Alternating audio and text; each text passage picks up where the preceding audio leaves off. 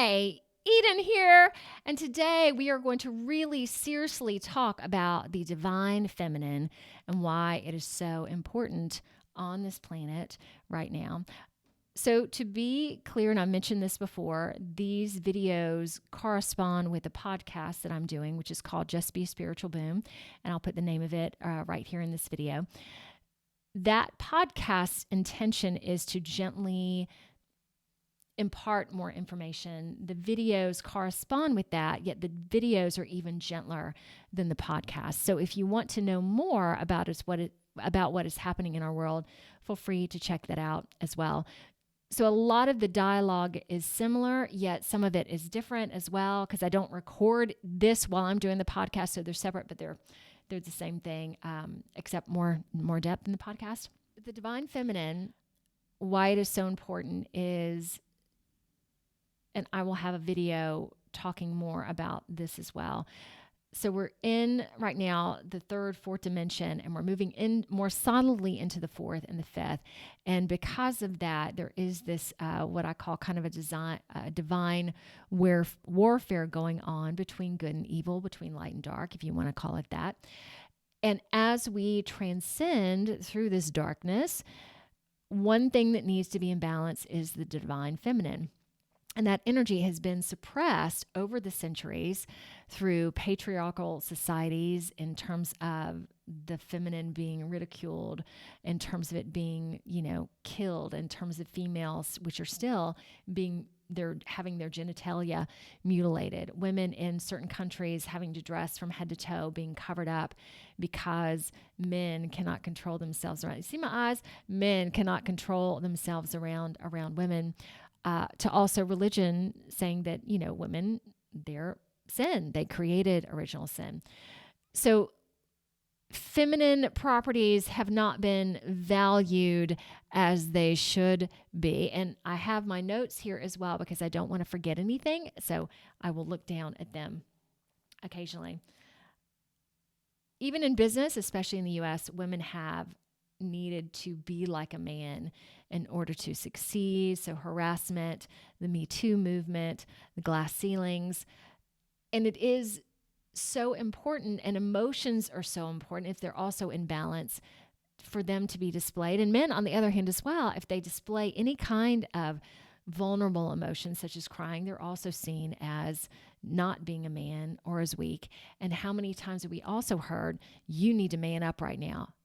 Okay, that's challenging.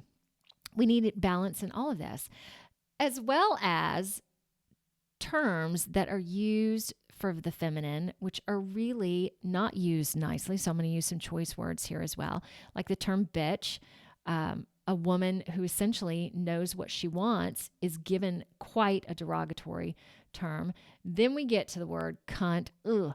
And then the big one, which exemplifies being weak, which is the main part of female anatomy, being called a pussy. And women use that word a lot as well. Ain't that crazy?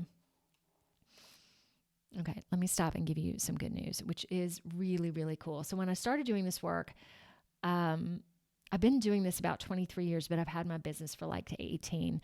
When I started, it was primarily women, maybe one man out of 10 women. A couple weeks ago, I had one day where I had 4 sessions and 3 were men and 1 was female. And I just sat there and I looked through the whole week and realized amazingly, because my work is all about emotions and being vulnerable and how the emotions affect you physically, emotionally, and spiritually. So when you come in here, if you're not vulnerable at some point, you're going to be, because I'll find the spots in you that need to be triggered and softened up. So at this point, I would say probably 40 to 50% of my clientele is male. So that goes really well with where we need to switch in our society as well. I had that same week that I'm thinking of, I had 2 men come in here and cry. And when they did that, they didn't know, they felt so uncomfortable doing it, being it. And one of them even mentioned, I don't know what to do with this, and maybe I'll let it go, but then I harden back up. So feeling freer with that, huge. All right, turn my notes for a second.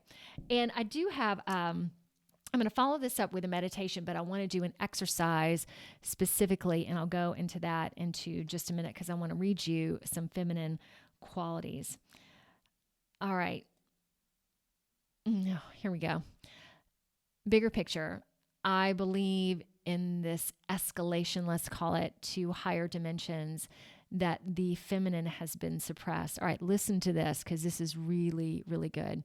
He who controls creative energy controls consciousness, and the female energy is all about creativity, rebirth, regeneration. Let me see if I want to say anything else on that. Okay, and these are just interesting points that I'll give you before we go into the exercise. The numbers 3, 6, and 9, if you like numbers, represent the divine energies of creativity, flow, and harmony. And I love this from an article that I read. We have been living with a paradigm of power over others. The new paradigm will be all about power within the self. This too. The divine feminine encourages acceptance of the divine masculine. And in working with the divine feminine, we can put the word divine back into the masculine as well. And I will also do a video talking about the sacred masculine and how men can also help this escalation occur. All right, this I definitely need to read. So I want to give you around 30, 31 qualities of the divine feminine. And here's what I'd like for you to do. And this exercise, I believe, is so, so important, is to take each one of these qualities and every day take one of the words and embody that word. Even if it's just, I'm going to change one word today and use this word. I'll give you some ideas. All right. So if you can write these words down, and again, as you go through this exercise, you can also do it. You can switch up the order however you like. All right. Ready? You got your phone in hand or a pen or pencil? The first word is flow. All right. So for that day, for example, if you're taking on this word and you're going to try and embody it as you're walking, really consciously connect and mindfully connect to your body, that you're not rigidly walking, that you're flowing, that you're moving. When you talk, are your words flowing? When you're thinking about things, is it very jagged or are they flowing as well? So that's a good word. Justice. I had, all right, here's a challenging one. My daughter just graduated high school. All right, so they're all up there getting their diplomas, being called up. This one kid who is very unique came up and got his diploma, and someone from the class yelled, "Weirdo." Of course, the people in the stands couldn't hear this. For example, if you were in this crowd, and I know it's really hard in high school, so assuming it's something else, someone criticizing someone, all right, your job is not to judge them, whether they were right or wrong. Okay, and this is pretty crappy. It's hard to say, oh, that's wrong. But who knows? Maybe by that person calling him a weirdo, the guy getting his diploma suddenly got stronger. You don't know, so you do not have a right to judge the situation. However, you can send a higher energy to that. So if they yell out weirdo, you can go, hey, good job. All right, see what you think about that. Intuition, fun one. Connectivity, this is a fun one, especially for men. Goddessness. Wisdom. And wisdom could even be not appreciating wisdom within yourself, but if you see someone else that you really like or someone who says something really genuine or really cool, really acknowledge that in your heart and in your mind. Okay, compassion. Okay, that's a pretty easy one. Security. Thinking about, okay, when you go to bed at night, your bed and the blankets and the pillows, just feeling safe within that, feeling protected. Putting your seatbelt on in your car, that helps you feel secure. I mean, it can be anything. Nurturing. Okay, creativity. Okay, I've got poetry and music in this, but anything creative. And that's a kind of easy one for the day. If you want to write something, if you want to look at something. Okay, say I'm sitting here looking at these curtains, that I'm going to attach to the curtains for a minute and just notice the colors, and it's very geometric, really focusing on that. I mean, that can be creativity as well. Fun. Magic. Fun is not one, but it could be. Magic. Birth.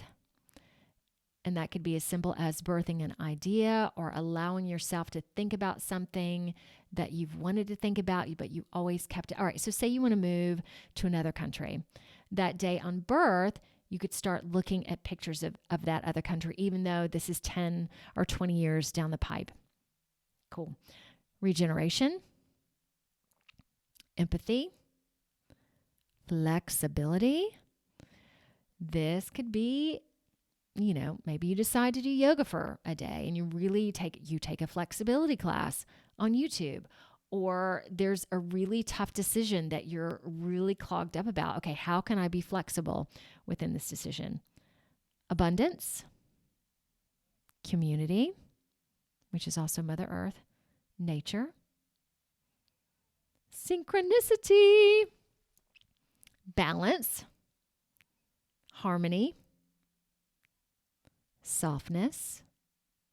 That could be, today I'm going to wear something texturally that's soft.